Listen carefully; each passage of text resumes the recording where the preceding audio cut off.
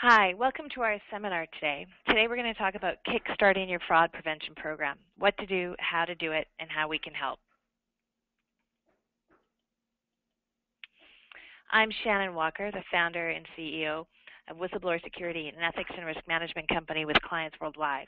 We protect and shelter organizations by allowing their employees to come forward anonymously and confidentially to report any kind of wrongdoing in the workplace.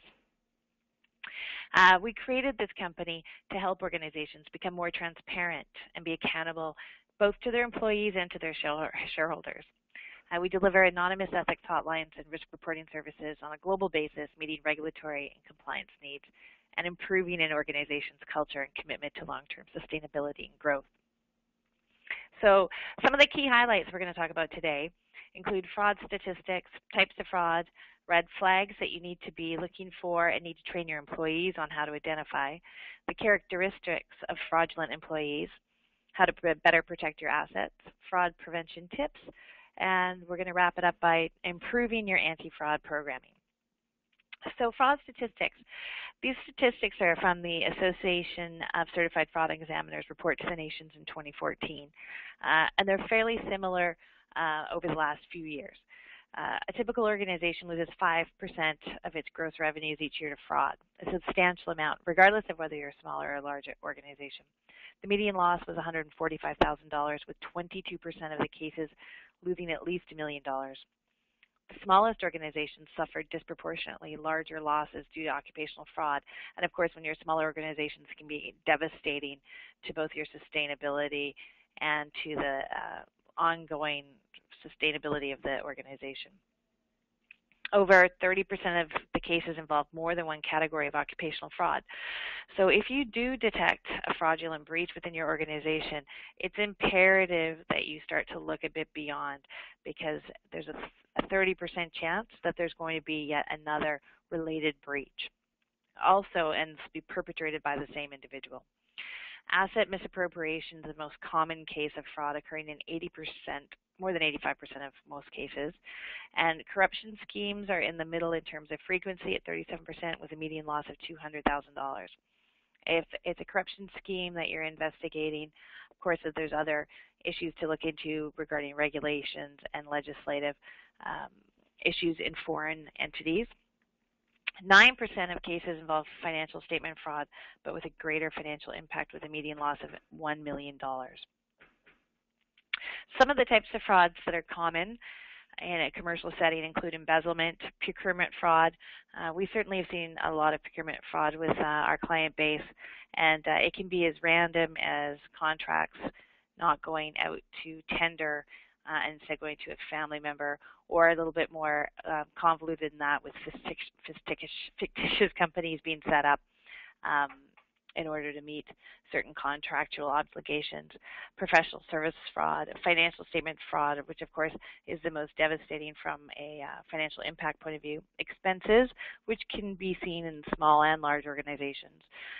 Again, asset misappropriation, bribery and corruption, and again, if you're a multinational, you really need to be aware that you are training your international employees well and thoroughly in your code of conduct and what's acceptable and what's not, because of all the new legislation, or relatively new legislation, that's come into place with the UK Bribery Act and the FCPA out of the US. The company can be liable for behavior that they have no idea is going on in foreign countries. Misappropriation of cash. Again, if you're a smaller organization, this one could hit you much more hard if from a petty cash point of view and from a skimming point of view. And then there's check tampering.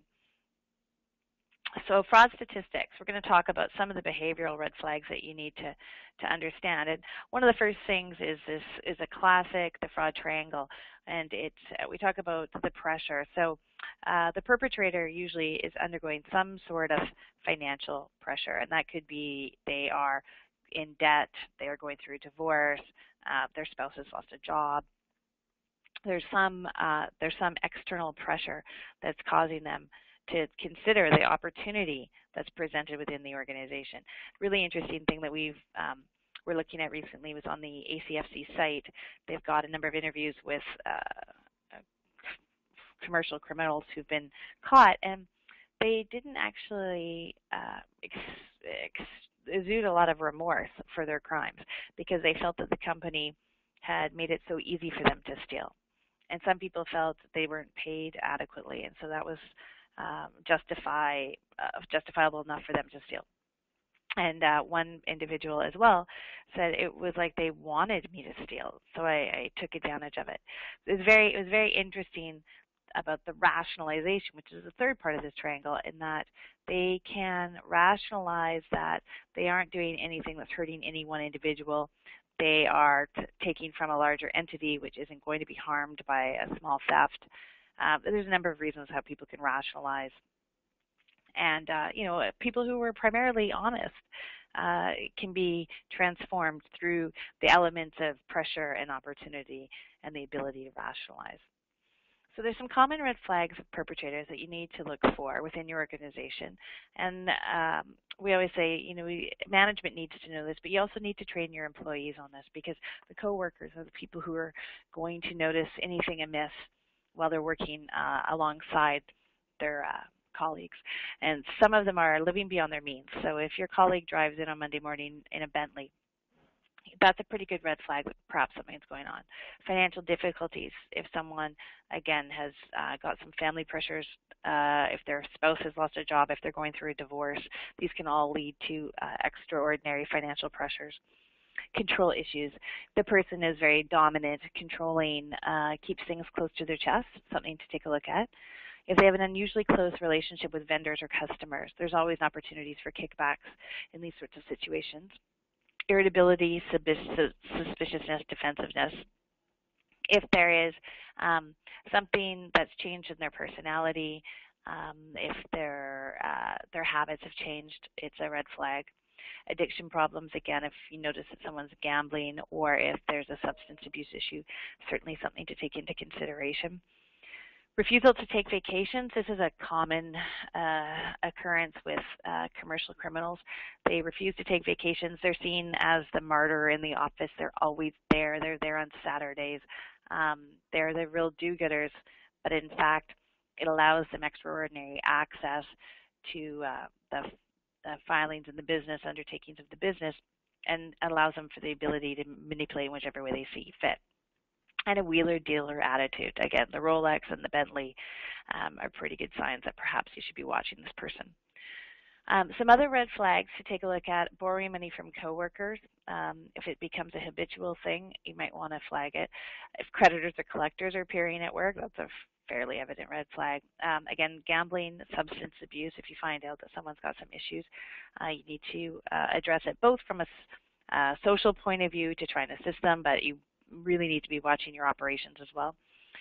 Easily annoyed at reasonable questioning. If you are questioning someone about a reconciliation and they're annoyed with you, perhaps there's an opportunity to take a look at some things.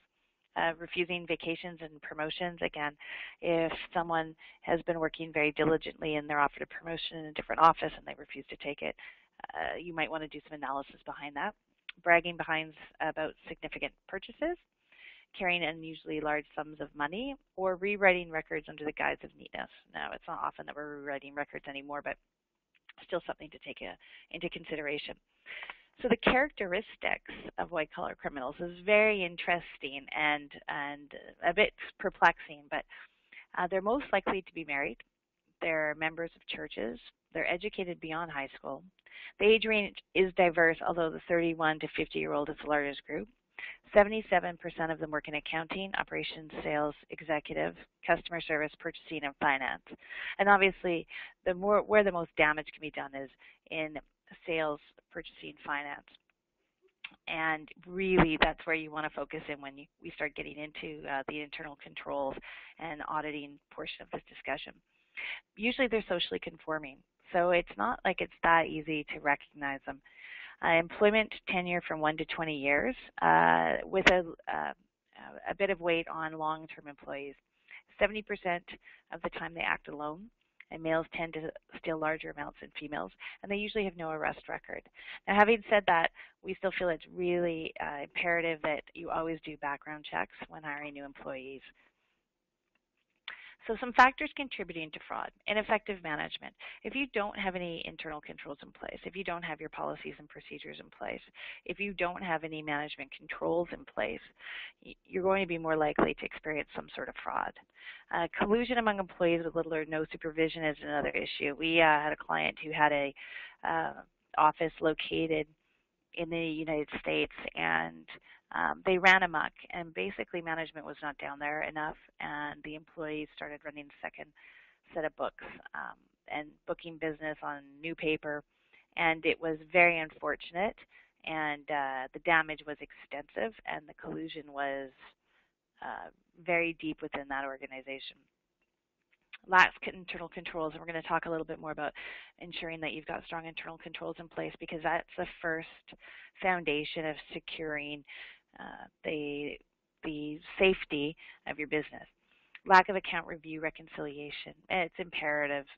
Bank statements, credit cards, expense reports, production reports, the reconciliation has to happen often and on a regular basis. And lack of a code of conduct or ethics is another one that's key. The code of conduct or the code of ethics sets the stage for the level of expectation amongst your employees on the behaviors that they exhibit, on the level of behavior that they contribute in terms of if they see something is amiss, they need to report it. And it's not actually a need to report, it's they are required to report it. And that's part of their commitment to you as an organization. And lack of a hotline. Hotline is the number one way to receive a tip. If you don't have a hotline, you're much more less likely to discover fraud, or it'll take you a lot longer to discover it. If you've got that hotline in place, it's a method that even if you have an open speak-up culture, sometimes the person's just too intimidated or too nervous to come forward. But if you give them those alternative methods coming forward, it'll serve you well in the long run. So fraud prevention. One of the most important things is to create a structure that discourages and eliminates fraud. And that, again, starts with that code of conduct as the basis for everything that unfolds. You craft policies and procedures and processes that prevent fraud, and those are all outputs based on the code of conduct and the level of expectation of behavior that you're setting upon your employees. Management has to lead by example and sets the tone at the top. And although tone at the top is a fairly overused term in our world of compliance and risk management, it is key. You need to have the CEO setting the stage for the senior managers, setting the stage for the general managers and the line staff. And it needs to filter throughout the organization that this expectation of ethical behavior and ethical reporting is something that is mandated by the organization. And you need to be able to educate your employees about fraud and how to detect it, how to prevent it, and how to report it. So this falls along what we've been talking about basically, in that you've got to look for those red flags. You've got to understand the characteristics of a white-collar criminal. You need to have the internal controls, policies, and procedures in place, and then you need the methods to report it. So if someone's not comfortable in going to their direct supervisor, you give them other outlets to communicate with you. Committing the resources is imperative. For small businesses that are more susceptible because of lack of resources for internal controls and audits and compliance, it's still important that they take the time to manage their internal controls and put some of those processes in place. A code of ethics or a code of conduct is an easy start, and it doesn't take that much resources to actually create. There's lots of templates that you can use, and then you can edit them to suit your business so it speaks to the vernacular of your business, and it identifies the risks that are inherent in your own business. And there's often a misplaced sense of trust in small organizations. Your small team, you've worked with each other for a long while, and even though you could trust your coworkers, again, those outside, external, extraordinary forces that may contribute to someone taking the wrong path. So you need to have these processes in place, regardless of how close you are and if you're buddies and you socialize on the weekend, because things can be happening right under your nose. You need to ensure the tools are put into place. So take the time, get the code of conduct written, get a hotline in place, make sure your internal controls are there. And we'll talk a little bit more about some of the specifics with internal controls. Investing in IT security. So if you've got an IT team, you need to ensure that they've got the strongest security protocols in place to protect your data, protect your customer privacy, protect your accounting files. And conducting surprise audits and inventory counts is also another key feature. Just a random audit, come in, have the owner reconcile the books. If you're a larger organization, you have your internal auditor show up on site and conduct the internal audit, and especially on inventory counts if you've got widespread facilities. So there's 10 ways to improve fraud detection. The first one is to use a hotline. And of course, we're in the hotline business, but it is the most common way to detect fraud.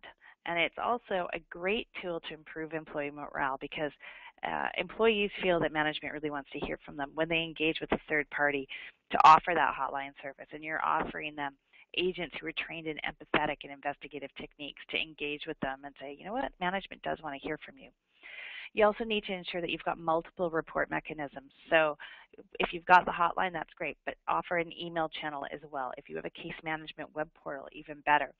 And mail or fax. We actually still get mail and fax in from our clients' employees who may be in rural areas and perhaps they don't have access to a cell phone where they are, but they'll find the staples and they'll fax us. So again, giving them multiple opportunities to speak to management is key because people do really want to be heard and they want to do the right thing. You just need to give them the tools to do the right thing. 3, an outsourced hotline. So outsourced hotlines are noted as best practice, again, because it's not like you're calling your internal HR person and they might recognize the employee's voice. So a third-party anonymous hotline organization has trained agents, again, who are trained in empathetic and investigative techniques so that employees feel secure and comfortable, but the agents are trained to get as much information out of them as possible to help you in any kind of an investigation.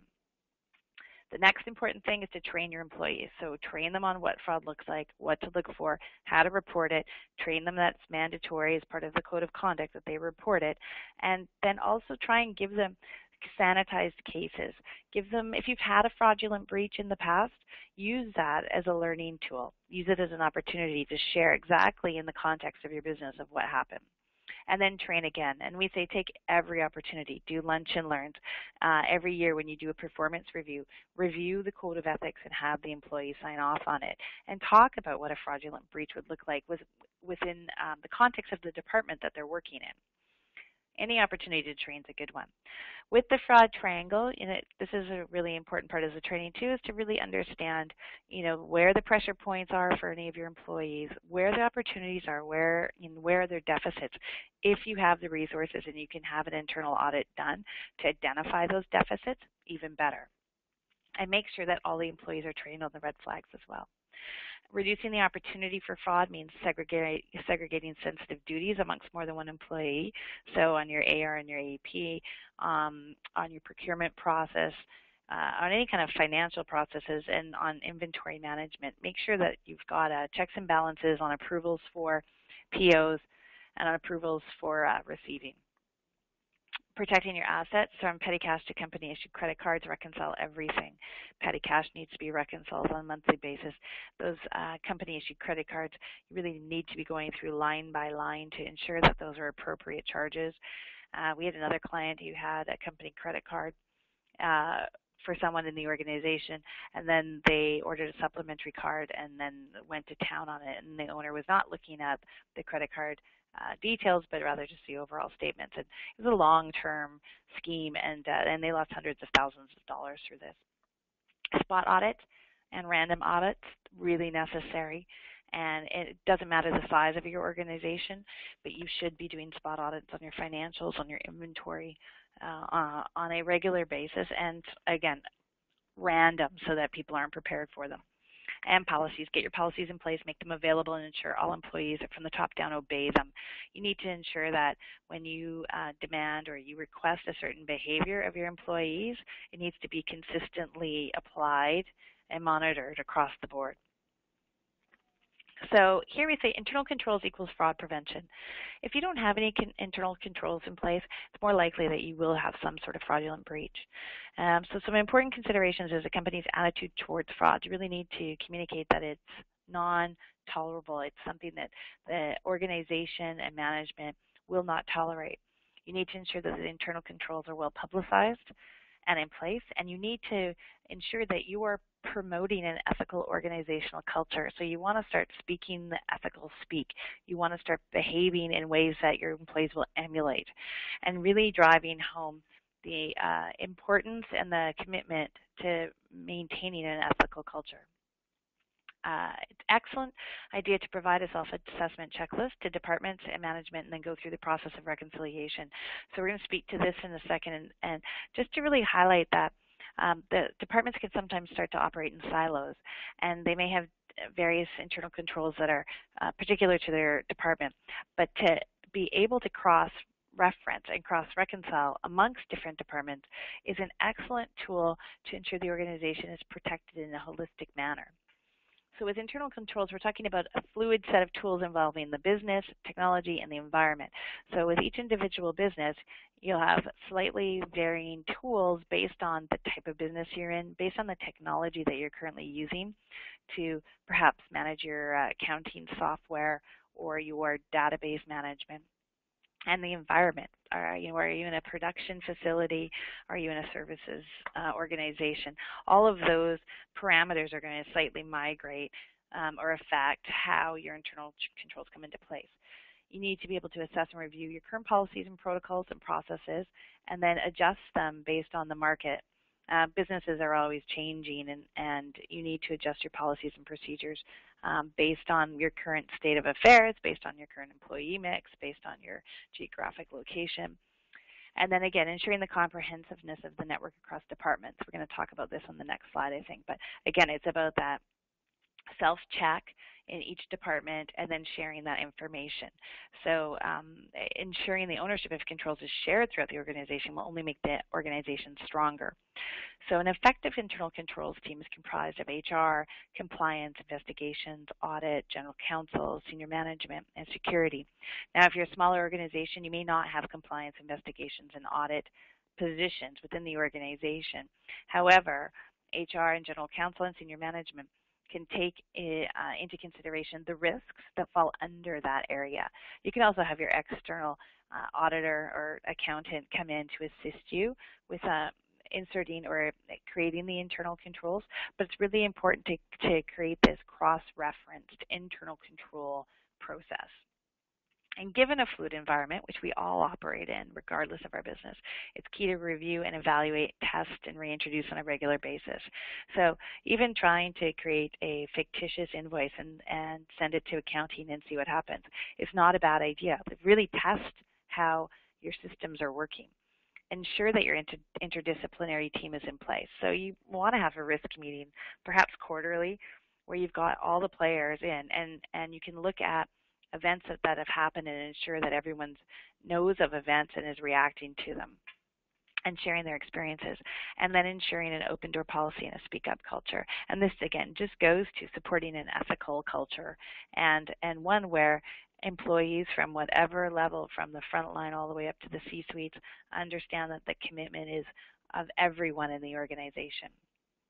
So some communication protocols to consider: timely notification and sharing of events. So if you do suffer a fraudulent breach, make sure that you share it amongst, especially say your risk team, but across the silo of departments, so that everyone can learn how to react and where the deficits were, so they can start to actually repair or proactively maintain any kind of issues that they're going to have in their own department.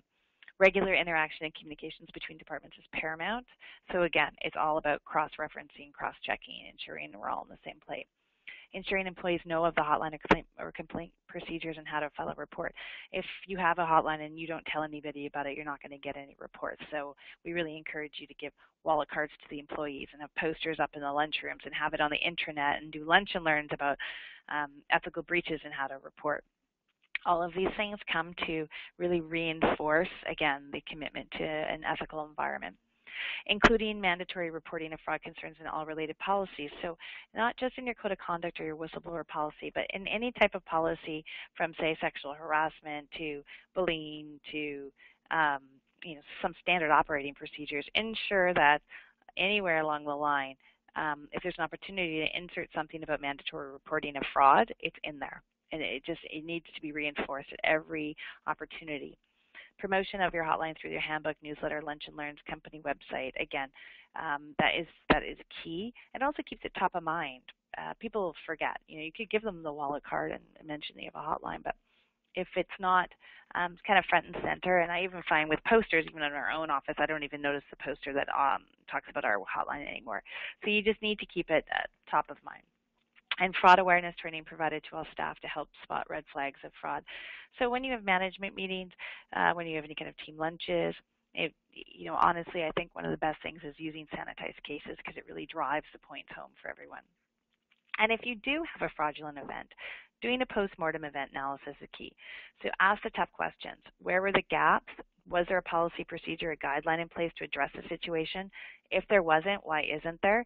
If there was the employee not versed in the guideline? Taking corrective action and education needs to be forefront to circumvent the same situation in the future. So you need to learn from your fraudulent breaches and train up, and then make sure those gaps are closed. This slide is just a basic guideline for you.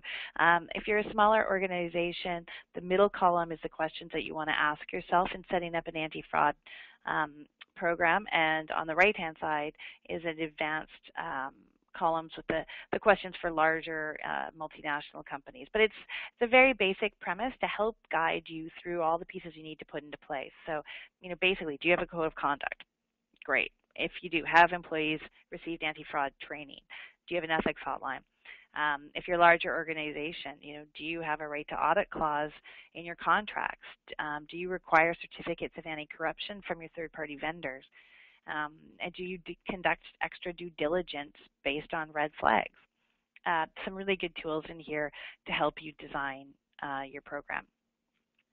So some of the consequences of lack of diligence, it includes loss of reputation. And if you're a nonprofit or a charity, that obviously can be catastrophic and devastating to the organization. Basic fraud losses from a financial point of view, again, can lead to financial instability and plummeting in employee morale. If you are experiencing fraud, especially if people know that it's going on and management's not doing anything to address it, it can be very devastating to the employee morale. And we recently had a client who introduced a hotline and an ethics system, and within 24 hours, the perpetrator that they knew was within their organization was identified. And some of the people who came through our hotline thanked management for putting the system in place because they felt that management really wanted to hear what was going on. So it was a reaffirming tool, a reaffirming statement for the management team to say, the employees want us to do right by them. And then regulatory fines. Again, if you're a publicly traded company and things go amiss, there can be regulatory fines, penalties, or even jail time based on what the issue is. One note to that point, too, is that if you are a publicly traded company and you've got a code of conduct, the DOJ and the SEC will take into consideration what kind of training and diligence you put behind the code of conduct and the tools that you have to support it. And if you are sort of a paper-only code of conduct company, that can yield you much larger fines. So the 4 simple steps to fraud prevention: creating the code of conduct and the policies in place that fall underneath that, training your employees on fraud red flags, the code, the repercussions on how to report, training them always, taking every opportunity to share with them sanitized cases of issues that have happened directly within your organization. Implementing the ethics hotline, again, it's key. If you really want to hear from your staff, you need to give them the tools to get to you. And management endorsement and communications. So management needs to take the lead, and they need to walk the walk and let staff emulate their ethical behavior. And that's I think the stalwart, it's the foundation, it's the beginning of creating this great ethical company. So if you have any questions, we welcome you to get in touch with us. You can email Shannon at whistleblowersecurity.com or call us direct at 604-921-6875. We're happy to help you with any of your work in creating a code of conduct and evaluating whether a third-party hotline is for you or whether you want to set up some sort of internal system. But certainly happy to discuss any questions or issues that you may have. Thanks so much for attending today's presentation, and we look forward to speaking with you soon.